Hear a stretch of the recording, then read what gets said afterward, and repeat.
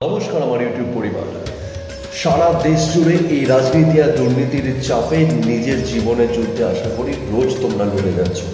লড়ছি আমিও, জিতছি আমরা প্রত্যেকে প্রতিদিন। আর তাই জন্য বারবার তোমাদের সামনে ফিরে আসা। আজকে ফিরে এলাম প্রত্যেকবারের মতো আরও একটি নতুন গল্পের অধ্যায় নিয়ে। সপ্তর্ষি রায়বর্ধনের কলমে হোটেল রজার্সের আজ তৃতীয় ও শেষ পর্ব। আওয়াজ ও সম্পাদনায় আমি তোমাদের বন্ধু রাহুল, জয়শ্রী আর রঞ্জনার আওয়াজে সোহাগ। তবে যারা এখনো প্রথম ও দ্বিতীয় অধ্যায় শুনে ওঠোনি, তোমাদের জন্য ডেসক্রিপশন বক্সে প্রথম ও দ্বিতীয় গল্পের লিঙ্ক দেওয়া থাকলো।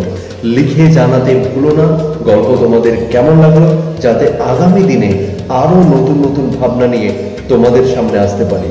তাহলে আর বেশিক্ষণ ওয়েট না করে আজকের গল্প শুনে নেওয়া যাক।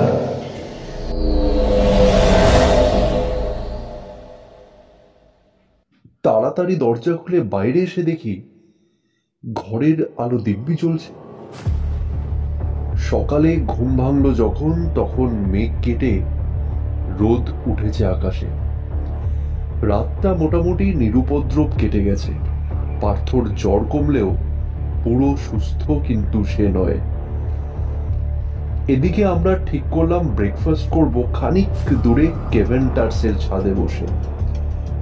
পার্থকে জিজ্ঞেস করাতে সে বেশ খুশি হলো, কারণ কেভেন্টার্সে খাওয়ার কথা সে কলকাতা থেকেই ঠিক করে এসেছিল।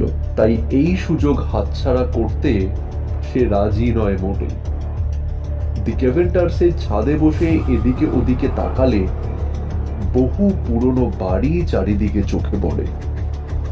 আর দূরে আমাদের হোটেলের চিলেকোঠাটাও দৃশ্যমান। সেদিকে তাকিয়ে পার্থ খানিকটা আনমনা হয়ে যায়। যাই হোক, ইংলিশ ব্রেকফাস্টের স্বাদ কিন্তু অসাধারণ। গরম কফিতে চুমুক দিতেই গায়ে এদিকে বৃষ্টির ফোঁটা এসে পড়ল। তাড়াতাড়ি পার্থকে নিয়ে আমরা ভেতরে চলে এলাম। দাম মিটিয়ে বেরুতে বেরুতে এক পশলা বৃষ্টি হয়ে গেল। তারপরেই আকাশ পরিষ্কার। এই ফাঁকে আমরা একবার টুক করে মলে গিয়ে নাথমলের চায়ের দোকানে ঢুকে এলাম। পার্থ চড়াই উতরাইবে একটু ক্লান্ত হয়ে পড়াতে হোটেলের ঠিক নিচের রাস্তাটার পাশে একটা বেঞ্চে বসে খানিকটা জিরিয়ে নিল। আর আমরা উপরে উঠে আসতেই মিস্টার ব্রেগেনজার এক ঝলক হাসি দিয়ে একখানা জবরদস্ত গুড মর্নিং ঝাড়লেন। কালকে রাতের কথা ভোলেননি দেখছি। How are you Mister Partha? শরীর ওকে? হ্যাঁ হ্যাঁ, মানে ওই চোখে ওই বলতে পারেন আর কি। আমরা এখন রিসেপশনের লবিতে বসে আছি। জয়শ্রী আর রঞ্জনা পালা দিয়ে তাদের মোবাইল ফোনে ছবি তুলে চলেছে। পার্থ ভারী বিমর্ষ একটা মুখে গিলিয়ান রাইটের লেখা দি দার্জিলিং টি বুকের পুরনো যে কপিটা বইয়ের তাকে রাখা ছিল সেটা নামিয়ে পাতা উল্টে পাল্টে দেখছে। আমি সবে আনন্দবাজারের পাতায় উত্তরবঙ্গের বর্ষার গতি প্রকৃতি নিয়ে খবরের দুলাইন পড়ছি কি পড়িনি, ব্রেগেনজার সাহেব একটা অদ্ভুত প্রশ্ন করে বসলেন। কাল রাতে এমনিতে আর কোনো ডিস্টারবেন্স হয়নি আশা করি? It was a peaceful night otherwise.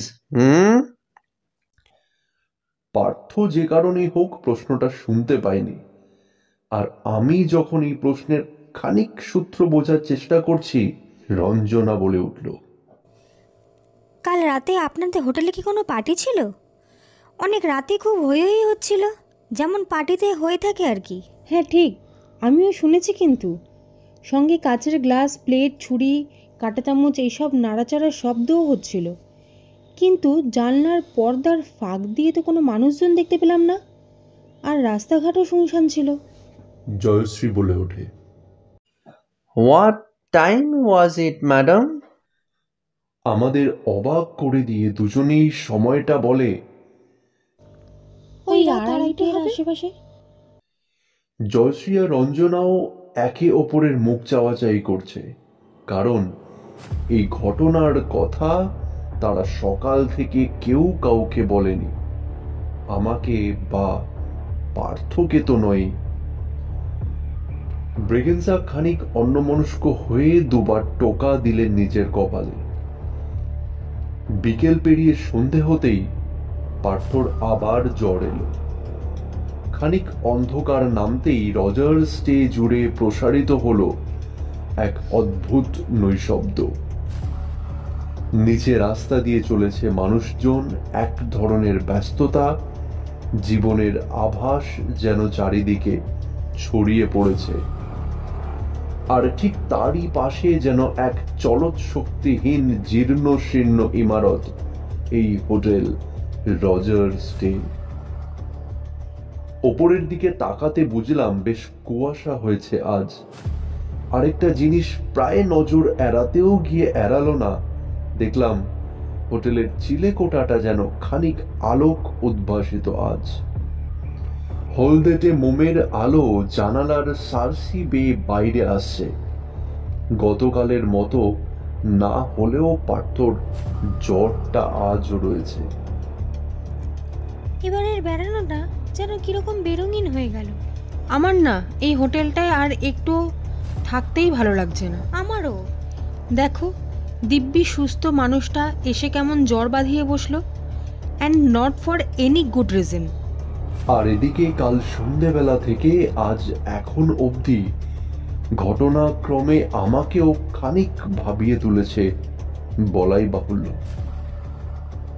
আমাদের ট্রেনের টিকিট পরশু রাতে, এখনো প্রায় 48 ঘন্টার ধাক্কা। কি ভেবে কলকাতার ট্রাভেল এজেন্ট কৃষ্ণ মল্লিককে ফোন করলাম।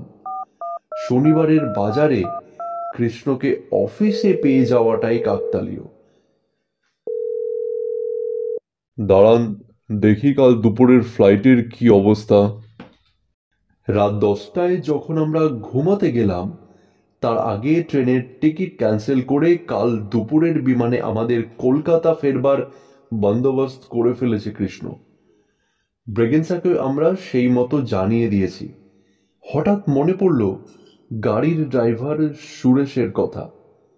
সে কি দরকারের কথাই না বলেছিল সেদিন।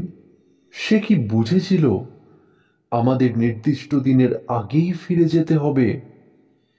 7-5 না ভেবে সুরেশকে ফোন করতেই সে রাজি হয়ে গেল।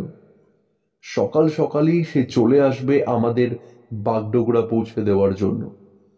মনের মধ্যে একটা ভাবনা আর আশঙ্কা নিয়ে শুতে গেলাম সেদিন রাতে। তখন কটা বাজে জানি না, দরজা ধাক্কার আওয়াজে ঘুম ভেঙে গেল। জয়শ্রীর গলা। ঘুমের মধ্যে প্রথমে মনে হচ্ছিল দূর থেকে ডাকছে কেউ, কিন্তু রঞ্জনা ধাক্কা দিতেই বুঝলাম ডাক এসেছে আসলে দরজার ওপার থেকে। আলো জ্বালিয়ে দরজা খুলতেই জয়শ্রীর ফ্যাকাশে মুখ থেকে 3টে কথা বেরোলো, যা শুনে আমার গা হাত পা রীতিমতো ঠান্ডা হয়ে গেল। পার্থ ঘরে নেই। সে কি? রঞ্জনা আমার হাত চেপে ধরেছে। যেটা বোঝা গেল জয়শ্রীর কথায় তা হলো, খানিক আগে জয়শ্রী বাথরুমে গেছিল, পার্থ বিছানায় ঘুমন্ত। কিন্তু বাথরুম থেকে ফিরে এসে সে আর পার্থকে দেখতে পায়নি। সামনের দরজাটা হাট করে খোলা ছিল। এক ঝলক বারান্দার ওদিকে চোখ যেতে দেখলাম নিকষ কালো অন্ধকারের জমাট বেঁধে আছে সিঁড়ির দিকটায়। মাথার মধ্যে বিদ্যুতের মতো খেলে গেল, তাহলে কি? এদিকে আমি সামনে, পেছনে রঞ্জনা আর জয়শ্রী নামতে শুরু করেছি কাঠের সিঁড়ি বেয়ে। রিসেপশনের উল্টো দিকেই সেই করিডোর। কিচ্ছু দেখা যায় না, শুধু আমাদের 3টে মোবাইল ফোনের টর্চ থেকে বেরোনো আলো ইতস্তত ধাক্কা মারছে কাঠের দেওয়ালগুলোতে। এখানে কি আছে? এই মুহূর্তে সেই প্রশ্নের কোনো উত্তর নেই আমার কাছে। করিডোরটার শেষে পৌঁছে আমার সারা শরীর কেঁপে উঠল। পার্থ দাঁড়িয়ে আছে সেই পর্দা ঘেরা রেস্তোরাঁর সামনে। এক হাতে পর্দা সরিয়ে মন্ত্রমুগ্ধের মতো চেয়ে আছে ভিতরের অন্ধকারের দিকে। আমরা তিনজনই চিৎকার করে উঠেছি। বোঝা গেল না পার্থ আমাদের উপস্থিতি টের পেয়েছে কিনা। আমি প্রায় ঝাঁপিয়ে পড়ে ওর হাত ধরে হ্যাচকা টান মারলাম। জয়শ্রী আর রঞ্জনা ওকে ধরে সরিয়ে নিয়ে এলো। খেয়াল করলাম গোটা জায়গাটা ভরে আছে সেই পাহাড়ি ফুলের গন্ধ। এদিকে কোনো রকমে পার্থকে ঘরে এনে শোয়ানো হলো। বেশ ভালোই জ্বর আজ ওর গায়ে। ঘড়িতে তখন রাত 2:30। কাল রাতের ঘটনা সম্পর্কে আমরা আর কোনো আলোচনা করিনি। পার্থকেও কিছু জিজ্ঞাসাবাদ করাটা অর্থহীন। সুরেশ ঠিক সকাল 9টায় গাড়ি নিয়ে পৌঁছে গেছিল রজার্সটের সামনে। এখন আমরা প্রায় জলপাইগুড়ির কাছাকাছি। পার্থ গাড়ির সামনে বসে তার ফোন থেকে গান বাজিয়ে চলেছে একের পর এক। আমার কিন্তু ভীষণ খিদে পেয়েছে রে। আর তোদের? দুদিন ধরে কুকড়ে থাকা পার্থ আজ বেশ ফুরফুরে মেজাজে বলে উঠল, হ্যাঁ, আমারও। সময় আছে, একটু থামলেই তো হয়। আমার নির্দেশে সুরেশ একটা বেশ ভদ্রস্থ দোকানে গিয়ে দাঁড় করিয়ে দেয় গাড়িটা। খাওয়া দাওয়া শেষে 2:35 প্লেন ধরে আমরা কলকাতা ফিরে এলাম। আজ 14 জুলাই 2017। প্রায় 1 সপ্তাহ হতে চলল আমাদের দার্জিলিং থেকে ফেরার। অফিসে বসে খবরের কাগজ উল্টোতেই ছোট্ট খবরটা চোখে পড়ল। Mysterious death of manager at Darjeeling hotel. Mister ব্রিগেনজাকে গতকাল সকালে মৃত অবস্থায় পাওয়া গেছে হোটেল রজার্সটের চিলেকোঠা।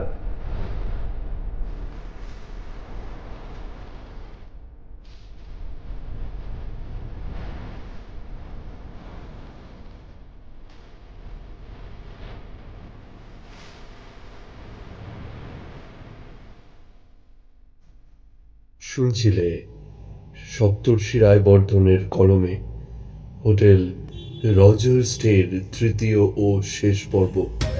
সমস্ত আওয়াজ ও সম্পাদনায় আমি তোমাদের বন্ধু রাহুল, জয়শ্রী আর রঞ্জনার ভূমিকায় সোহাগ।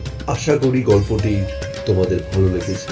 কমেন্ট করে লিখে জানাতে ভুলবে না। গল্পটি ভালো লাগলে লাইক করবে, আর আজ চ্যানেলে যারা নতুন, চ্যানেলটি সাবস্ক্রাইব করতে ভুলবে না। গল্পটি এখনো পর্যন্ত যাদের শোনা হয়ে ওঠেনি তাদের কাছে পৌঁছে দিতে ভুলবে না। আরো কিছু নতুন গল্প নিয়ে দেখা হচ্ছে পরবর্তী ভিডিওতে তোমাদের চ্যানেল পড়াচ্ছে।